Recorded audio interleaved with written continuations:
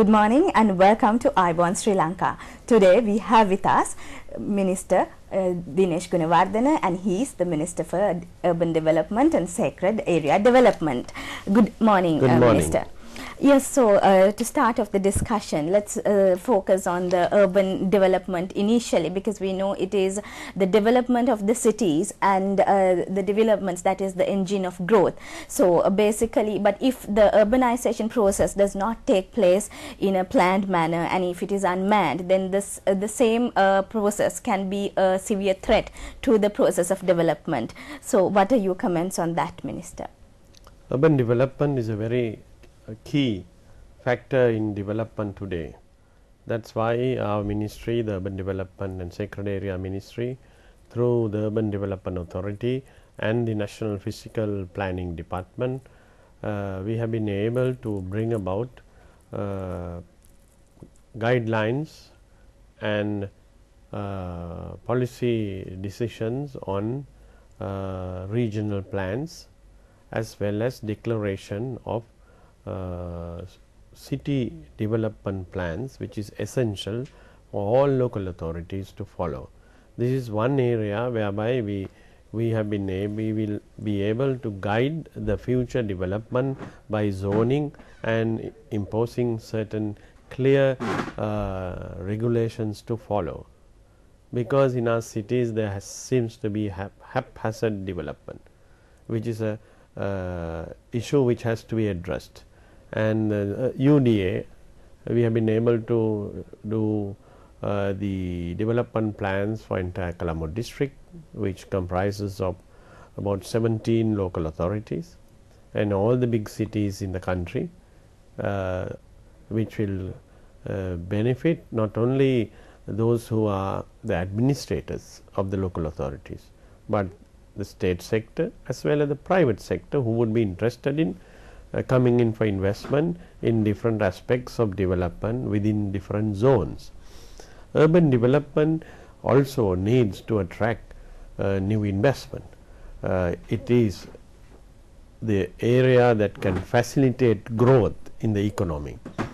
There are a lot of areas in our country.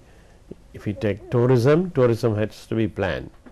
If we take health care development, residential development, commercial areas, trade zones, all these have to fall in line with the development plans according to Mind the Chintana, and also give facilitation for investors to come into those areas. So urban planning is a very important area. We have completed the regional plans for the eastern province, and also the policy planning for the regions have been also completed in principle, which means Sri Lanka has now entered a new stage in urban planning.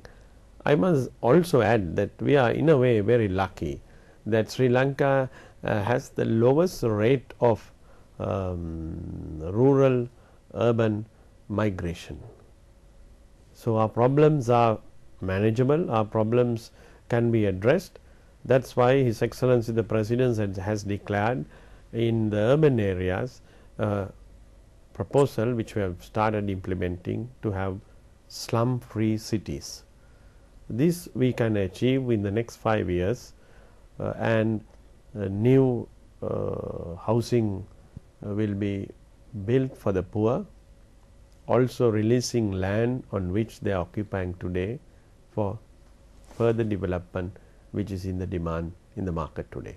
So now you were referring to the slum free area. So is it the project that you are also doing with the United Nations program, or where you are obtaining funds for this particular slum development?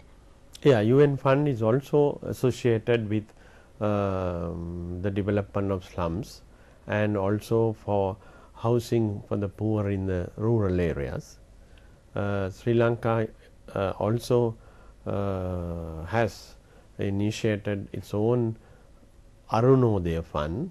For the first time as minister, I have brought in a regulation where 500 square meters would be the minimum housing for the poor, 5,000 square meter development of any building would be imposed with a 1% tax on the value. The revenue goes into a slum development program called the Arunodaya. So this is a main fund that has been implemented for this particular project. Right, and we have already built thousands of houses for the poor. It's only targeted at the poor and with the participation of the communities. And you started the whole project with Colombo. We started the project with Colombo city, and all the cities where we are getting the funds, we have been able to help. We have helped Negombo. We have selected 10 cities, Hambantota, Badulla, Nuwara, like that. We have done work in those cities. In Colombo district also, in all the cities in the Colombo district, we have initiated this program.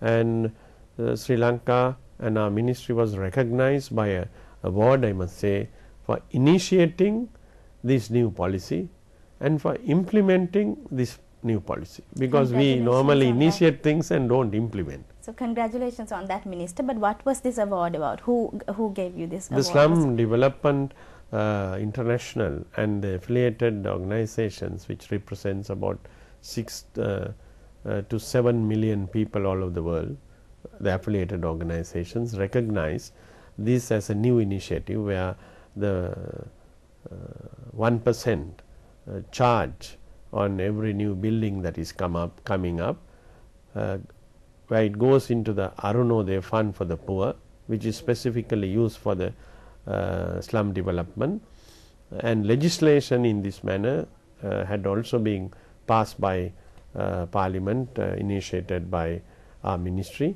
and this was a new feature which they all recognize as an important development in the urban development sector. Secondly, it is not only for slum development, it is also for the whole environment that this development process must take place, because in the future we will not have more land does not increase. Therefore, we have to make maximum use of land available today. So you are talking about challenges in the process of urban development. Very much. Challenges which have been existing but which are increasing today, which have to be addressed. So we have to go up for high rise, but high rise is a costly thing. So we have to find new areas of less costly development and environment friendly development, which will not cause heavy expenditure for any dweller who gets into one of those flats. I must also say that it is not housing alone, water has to be supplied. Yesterday was the World Water Day as well. So yesterday was World Water Day, as you say. This is very important, because water is another expensive item in any household, because water has to be treated. Treated water is supplied. We have introduced rainwater harvesting, a new regulation which will also harvest rain which just falls and flows to the sea. In every building in the future, rainwater collection will be there, which could be used for other purposes. Even drinking purposes, it's used in the world as much more pure water, can be used by thereby reducing the water bill. Right. So we were talking about rainwater harvesting and also the environmental factors that has to be taken into account, and to how to grapple with the problem of that there's limited land. So when we look at urban development in the context of regional and rural development, Minister, so what is the nexus between the rural development and urban development? How can that process be harmonized? Mahinda Chintana has initiated a new process of development. His Excellency the President has declared and